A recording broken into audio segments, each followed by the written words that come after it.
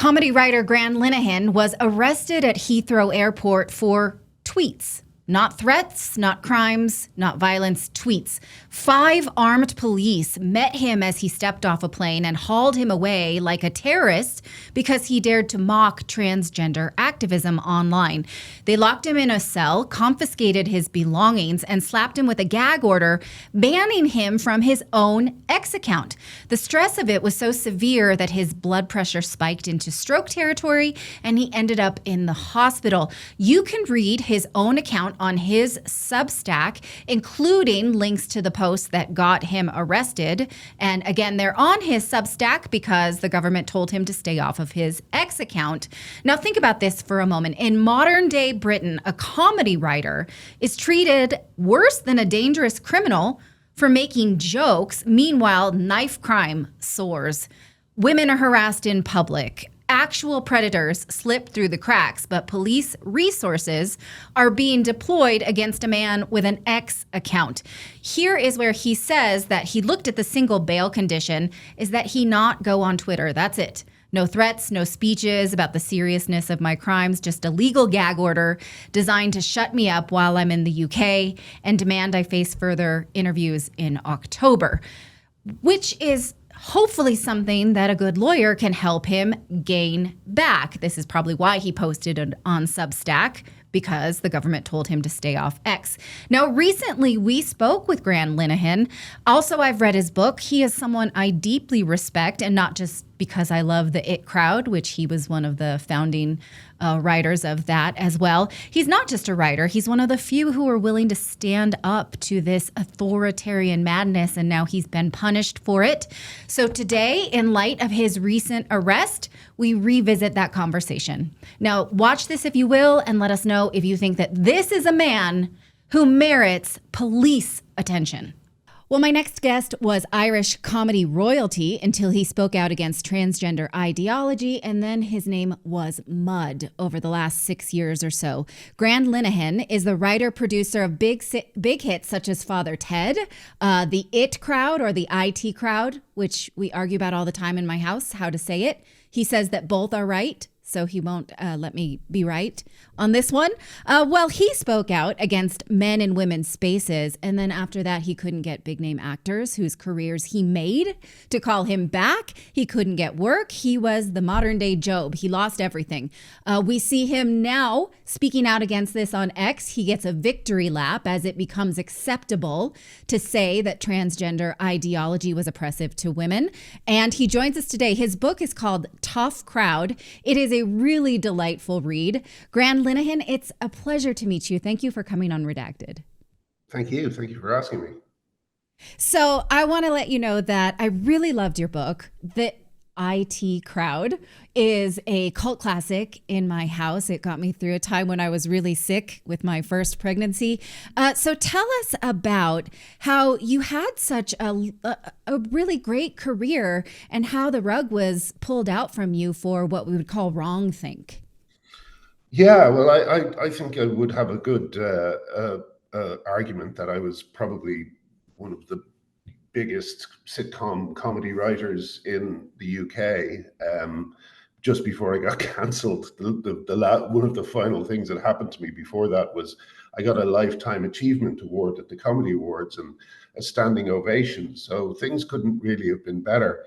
But I started noticing that women were getting abuse online for saying basic truths, for standing up for rights that we'd assumed women had won 100 years ago, and were suddenly now in contention again.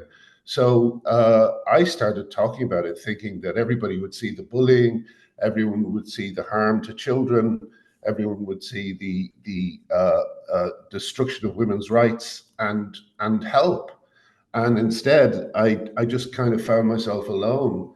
And to this day, only I would say, I could count on possibly one hand the amount of people who've supported me. So with that lack of support, trans activists were able to, destroy my reputation and career in various ways. Twitter, before Elon Musk arrived, banned me for saying men aren't women. that ban was used to prove that I was harassing people online, which I never was. And basically, and also even the I went on BBC's flagship news program, Newsnight, to talk about the scandal of transitioning children, and they gave me 5 minutes and turned it into an ambush, and I couldn't get anyone to take it seriously. I couldn't get anyone to take the fact that children are being irreparably hurt in UK clinics seriously. Luckily now that seems to be coming to an end. There's some very good things that have happened, like puberty blockers. Their routine use has been banned, but unfortunately they're still talking about putting some kids on them to test them, which is like something you would hear out of, the era of Nazi experiments. I find it Right. a shocking thing that we're even having the discussion. Of course, you shouldn't give children puberty blockers, But Right, anyway, but one of the ways that they targeted you was through extreme cooties. We call it politic by cooties. So when, for instance, one of your actors, the Richard Ayoade, is that how you say his last name? I already When guessed. he put a forward in your book, they called him transphobic for allowing his name to continue to be associated with you. So it was a lot like the Daniel Radcliffe, J.K. Rowling, like you must speak out against this or else. Chris O'Dowd for being your friend. And so they continue to try to drag down names that are associated with you unless these people denounce you. That has to be hurtful. Can you explain how that's continuing to happen? Yeah, well, the problem for me is not so much like the people who stuck up for me did so under a lot of pressure. Journalists would constantly ask them about me, and it just revealed to me how easily some people fall to that kind of pressure. It makes you realize how things like the Stasi happened, and other kind of maybe McCarthyism is another example, the more extreme end of it. And it made me realize how easily people fall into these patterns. There was a guy I worked with, his name was Bill Bailey. It could be argued I helped make him famous because he appeared in a sitcom I wrote called Black Books, which was very popular. And he said he was baffled by my activism. And it's like, I sometimes you really do feel like you're going mad. It's like, how can you be baffled by me standing up for my daughter's rights? How can you be baffled for me not wanting grown men who put on a pink hairband to be allowed into a woman's changing room? I just don't. I am baffled at their bafflement, Yeah. And most of all, I think behind everything is what they've been doing to children. Like there's thousands of young girls now who have double mastectomies because of this cult, I call it. And I just don't understand why people like Bill and people like my old writing partner Arthur Matthews and others, I don't understand why they don't care about these kids, And I and think you also make the me. point in your book that they don't understand why you care because you're a man, you continue to have your issues. And so you address this in the book. Why are you willing to lose things? Why are you willing to lose such a prosperous and high profile career for this? Oh, it's tied to a few things. Like one of them is I'm a writer, and as a writer, I love the English language. It's like a incredible toolbox full of everything I need. So the idea of taking a word like woman and changing its meaning so fundamentally, a fundamental word being changed fundamentally, is so dangerous. It's not happening in an organic way, the way language usually changes. And the reason it's not happening in an organic way is the words woman and the word mother and all these fundamental words, they link us back to the entire history of human development, and to remove them and say they now mean their opposite, it's almost like psychological warfare on us. And it certainly isn't something that I think, and I think I'm not saying it's entirely linked to this. I think a lot of woke ideas have cause this situation. But you'll notice there's not as many good movies at the moment. I know everybody else says that, there's a kind of the Hollywood writers are trying to write a world they think should exist rather than the one that exists. And so as a result, you get these, I compare it to the Hays Code, the very restrictive censorship code that Hollywood had in the, I think it was the 40s and 50s. The Hays Code made sure that a whole period of American life wasn't really represented accurately. It was very softened, and it was very child-friendly, let's say, even things for adults. And that was all blown apart when the film Bonnie and Clyde came about. And I feel like we need a similar thing to happen here. I think we need something to explode all these old assumptions that are not shared by the vast majority of people. They're only shared by elites, Hollywood producers or executives, journalists, everyone in, the media classes. They're the only people pushing these beliefs. Ordinary people don't buy them for a second. And it's why that when they become clear that what's happening, when people realize it's actually true that Leah Thomas was going into a woman's changing room, and when people see that this is actually true, they all reject it. But unfortunately, in the UK, there's a whole media system built around like for instance, the BBC is heavily captured. The BBC is basically a propaganda channel for drag acts and Palestine, and it's like they will not report on this issue unless it puts them in a good light. So there's no reports, for instance, on men in women's prisons. There's no reports on. Recently, this woman is trying to open a female-only gym, and she's getting dogs abuse online because of it. They never report on any of that, and as a result, all the things that I would go to, like I would go to Let Women Speak protests with Posey Parker and so on, and they would just be violently attacked, and no one knows about it. No one knows about it. So it's but that's a tactic, though. Because in Helen Joyce's book, Trans, she talks about how activists said, keep this under the radar because if people understand what it means, men and women's spaces, these were trans activist legal groups, specifically in Ireland. So it's you two Irish people, blowing the lid off of what Irish activist groups did not want to do because Ireland was a test bed for self-ID, for gender ideology. So specifically, they needed you guys to be quiet, and both of you decided not to be. Yeah, well, I think they call that forced teaming, and it's something that trans activists like to do, in the same way that they have taken over the gay civil rights movement and turned it into a kind of parody of itself, where they're literally trying to get straight men and women into gay spaces.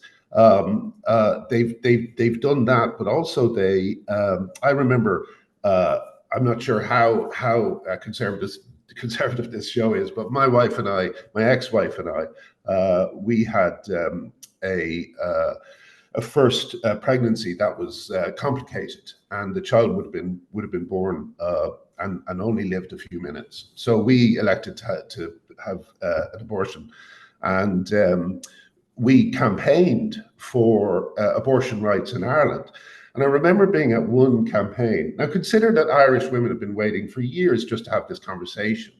And we're at this demonstration, and we hear someone saying, we want abortions paid for by the state or something like that. And we all cheered. And then it said, and operations for trans people. And I thought, where did that come from? This was about what's that got to do? Yeah, it's 10 years ago. And I realized only later that the trans movement had completely captured the fight against abortion in Ireland. So the win that Irish women had in that has been tainted, because it was used the same way trans activists use everything to further their own cause, Right. And so in the United States, we have this movement towards free speech to be able to say that men are men if our innate instinct which is bred into us to show who we can and cannot mate with. It's necessary for the propagation of the human species to be able to recognize the opposite sex. So if our instinct allows us, if our instinct points out that that's a man, we are allowed to say that now in the United States because of the Trump election. That's at least what we're moving towards. Whereas in the United Kingdom and abroad and in Ireland even still, that freedom of speech does not seem to be catching on despite growing calls for it. So is this going to bleed across the pond or isn't it? What do you think? Is it what? Sorry, what was the question? Is it going to bleed across the pond? Are you going to make it so that you can say this? Because people still get arrested for wrongthink in the United Kingdom, in Ireland, in Greenland, in Germany. In Europe in general, yeah, like there's a terrible problem with free speech in the UK. The free speech, certainly for me, free speech doesn't exist in the UK. I'm sorry, I meant Iceland, but go ahead. I wanted to correct myself. Yeah, free speech is in a terrible state in the UK. One of the problems is that there was an organization called Stonewall, which named after the Stonewall riots, which is a bit like GLAAD, is it in the US? Yeah, they call it GLAAD. Yeah, GLAAD, and they Stonewall have given the wrong advice to all these businesses. And not just businesses, to the police, to the NHS. They've given this advice that isn't right. They've told, oh, you shouldn't say women, you should say birthing mothers, you shouldn't say this, you shouldn't say that. And it's being swallowed by a very, very bureaucratic nation that has no one to turn to say, this doesn't seem right, you know? Yeah. And so what we have is that, like, Keir Starmer came into power saying he would sort out the cultural war. He would end the cultural war. But he's done no such thing because he's not made any definitive statements like, of course, women need single-sex spaces. Of course, children shouldn't be experimented on. Of course, lesbians don't have penises. He's too much of a coward to say any of these statements. So as a result, the culture war is being fought every day by ordinary people in all these different areas. Like, for instance, the other day, some women handed out a leaflet just expressing basic biological beliefs. And, you know, a man tried to get them to move, to leave.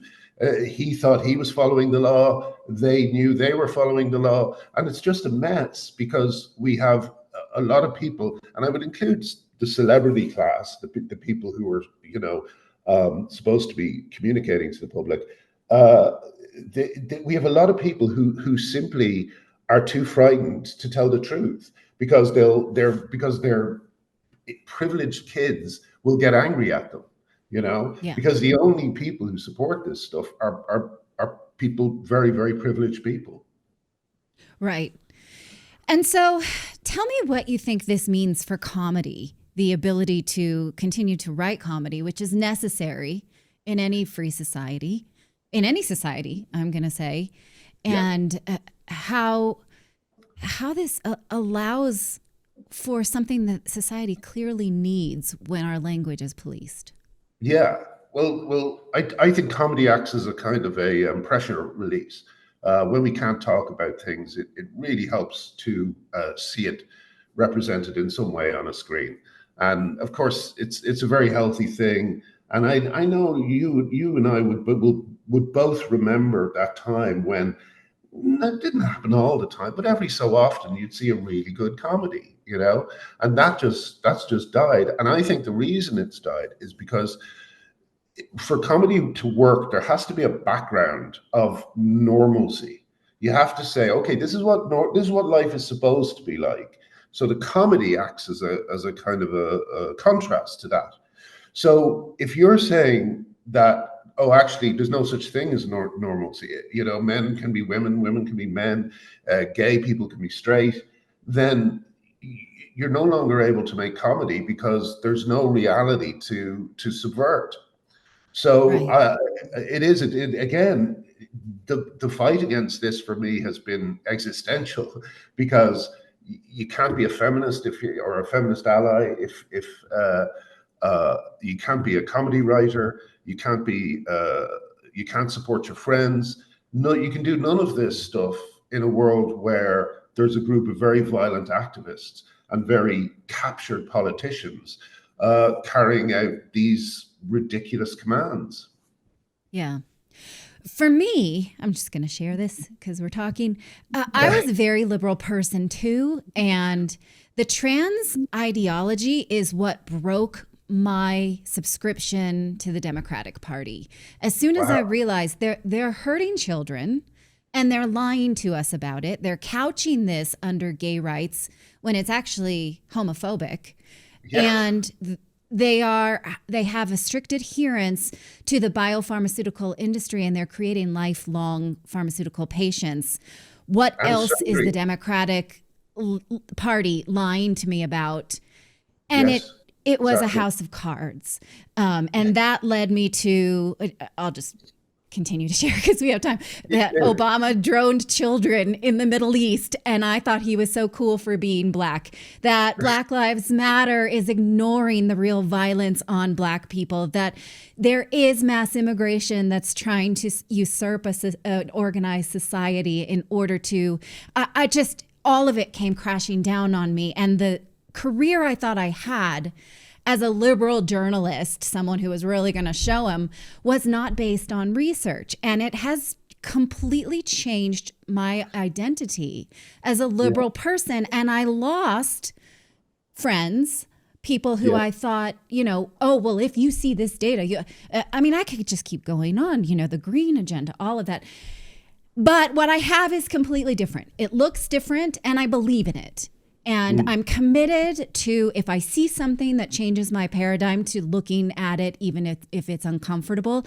And so in that way, you and I sort of have a story like that. You lost what you thought you would have, but what you have now looks very different, and it's pretty great too. I mean, at least I think your book is great. I love your work online. So is that something that you can relate to?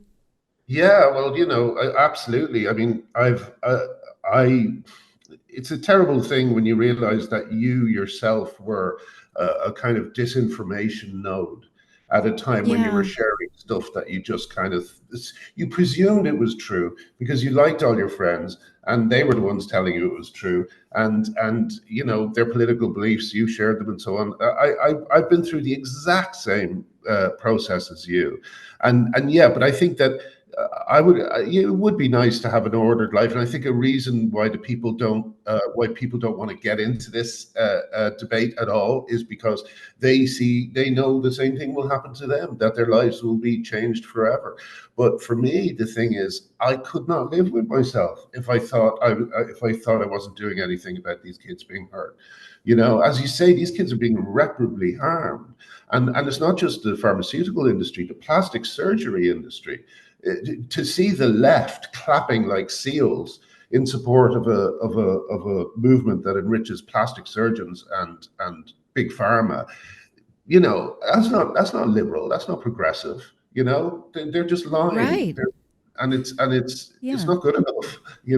They have to be held. Well, also, you can't have it both ways. You can't sell me a Dove ad with people who are overweight and have skin problems and say you're beautiful how you are, unless you're trans, in which case change everything in order to accept yourself.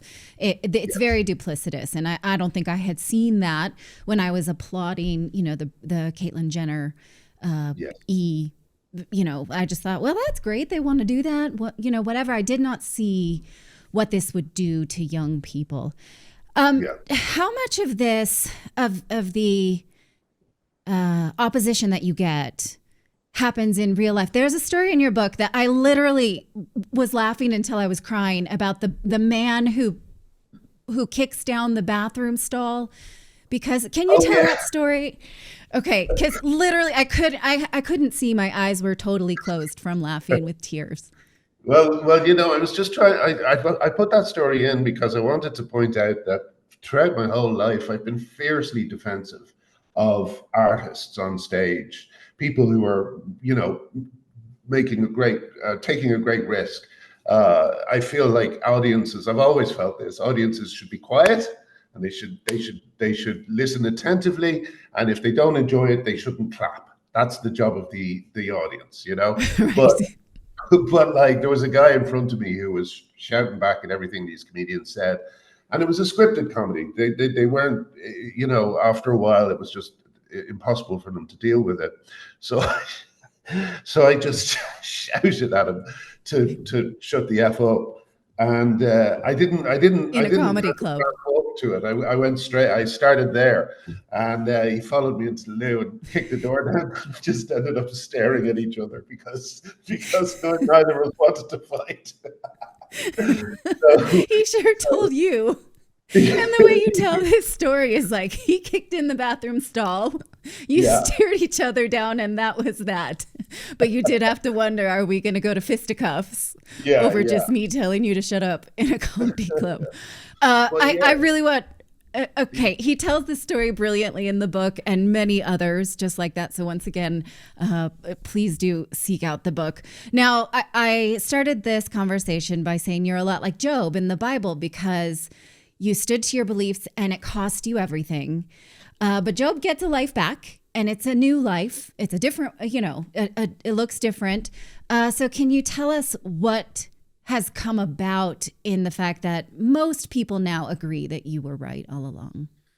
Well, you know, I mean, as I say, even with the vindication of various things that have happened, including the Cass report in the UK, I don't think I'll ever work in the UK again. And to be honest with you, I don't really want to because I have nothing but contempt for the people in the UK, my colleagues in the UK who didn't lift a, you know, who didn't say a I word. feel like that about the mainstream media. I feel like Yeah, that too. Like I could yeah. never go back. Yeah. Exactly. So, so you know, I'm going to. I mean, one great thing is, which alludes to what you were saying earlier, is that I have discovered that journalism was the thing I did when I got into writing, and it was just music. It was music journalism, and then I went into comedy, and now I'm back in journalism again, but more serious form, writing about these issues. And what's been wonderful is finding that out about myself, that I can kind of keep making money through my writing, even though it's far less than I used to get as a sitcom writer. But it's great to know that if when it comes to it, I can actually, you know, keep going. And yeah, I mean, I'm hoping now we have an idea that we're hoping to get going in the US, a sitcom idea, and yeah, we're just gonna try and plug that and see what happens, because I personally think there's a great hunger for stories that haven't been told for the last 10 years. And I think that when we come out of this mess we're in, the stories like what happened to you and what happened to me will be interesting to people, you know. I mean, I think Yeah. there's various. Cancellation is what I call a sort of boutique experience. They give you the cancellation that suits you. So you know that when for J.K. Rowling, they take her name off school buildings, which must have deeply hurt her. But for me, they just, you know, called the police on me, and they cancelled my musical. But then there's ordinary people, many of whom I know, you know, like I know a teacher of autistic children who was targeted by trans activists, and he can't teach autistic children anymore. There's so many stories out there of, and a few big ones are breaking through in the UK now. For instance, the nurse Sandy Peggy, who was being asked to undress in front of a man in her changing rooms at work, and you know, I think those stories will need to be told, because for me, there's a big gap where we all started lying to each other, and once we start being able to tell the truth again, I just think you're going to hear some incredible stories. Yeah. My story is not so much funny, but, you know, I think I don't care that much for being guilty of wrong thing, except when people blame my children for it. There was a boy who told Yeah. my son, your parents are guilty of misinformation. So I put a jinx on that kid, and that's how I handled that. Good. So don't mess with my children. That's the part that I think bothers me the most. Not so much what comes for Oh, me. they couldn't get me to change my opinion, so they went after my wife, you know, Mhm. and we broke up under the strain because I wasn't making any money and she was getting abuse.